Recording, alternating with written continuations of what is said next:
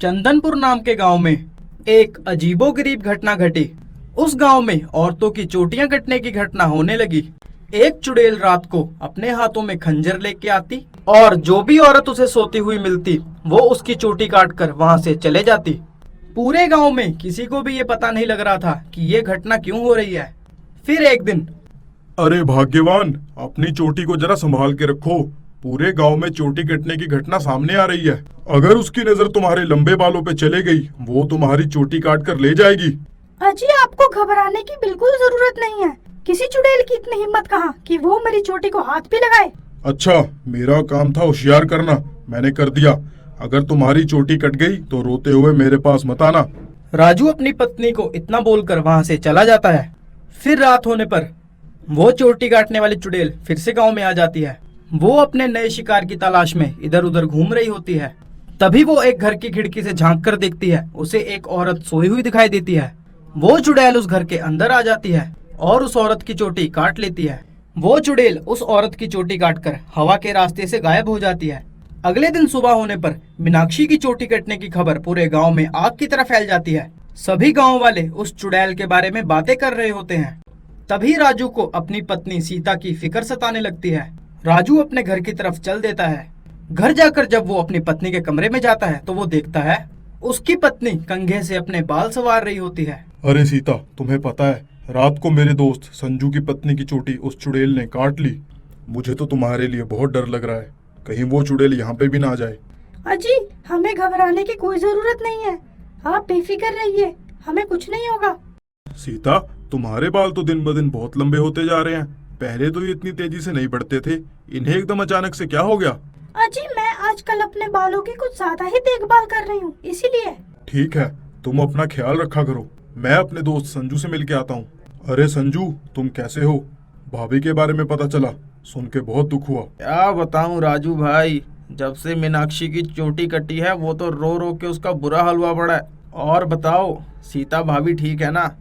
अब तो तुम्हें उनका पहले से ज्यादा ख्याल रखना पड़ेगा, कहीं चुड़ैल उन्हें अपना अगला शिकार ना बना ले। हाँ भाई, तुमने ठीक कहा, मुझे भी यही चिंता सताती है। चलो अब मैं जाता हूँ, तुम अपना और मीनाक्षी भाभी का ध्यान रखना। इतना बोलकर राजू अपने घर वापस आ जाता है। रात होने पर राजू की नींद अचानक खुल जाती है। वो देखता है, ये क्या सीता, तुम्हारे बाल तो एक दिन में इतने लंबे हो गए, ये कैसे हो सकता है? राजू सीता के बाल देखकर घबरा जाता है।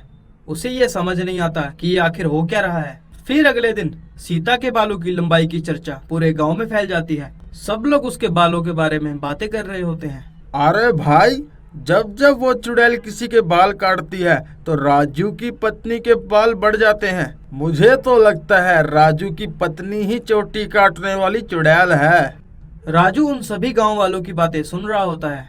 उसे अब कुछ भी समझ नहीं आता कि अब वो क्या करे।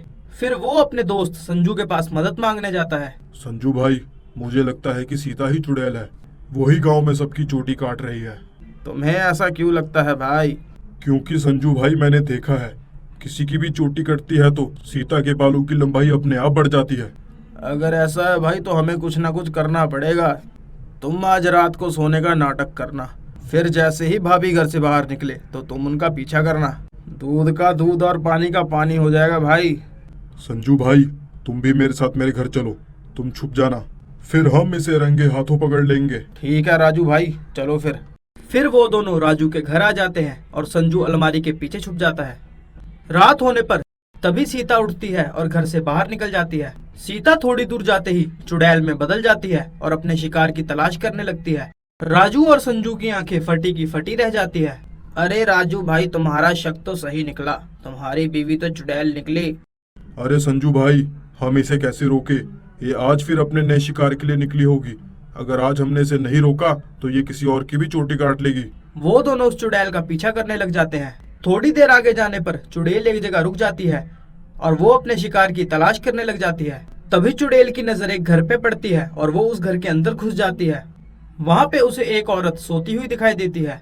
अरे राजू भाई, भाभी तो इस घर में घुस गई, अब हम क्या करें? अरे ये तुमने भाभी भाभी क्या लगा के रखा है? इस वक्त वो भाभी नहीं, वो एक चुड़ैल है। तभी राजू और संजू चुड़ैल के पीछे उस घर के अंदर घुस जाते हैं। वो दोनों देखते हैं वो चुड़ैल उस औरत की चोटी काटने ही वाली होती है। तभी संजू अपनी जेब में से छुरा निकालता है और उस चुड़ैल की चोटी काट देता है। अरे मर गई रे, ये तूने क्या कर दिया? मेरे सारे किए कराए में तूने पानी फेर दिया। चोटी कटते ही चुड़ैल की सारी शक्तियाँ खत्म हो जाती है और सीता उस चुड़ैल की चंगुल से आजाद हो जाती है। अरे भाभी, अब वापिस आ गई, अब ठीक हो गई भाभी। संजू भैया, आपका बहुत बहुत धन्यवाद। राजू भी अपनी पत्नी को वापस पाके खुश हो जाता है और वो दोनों फिर से एक साथ रहने लग जाते हैं। और इसी तरह सभी गांव वालों को चोटी काटने वाली चुड़ैल से आजादी मिल जाती है और सभी गांव वाले अपनी आम जिंदगी जीने लगते हैं।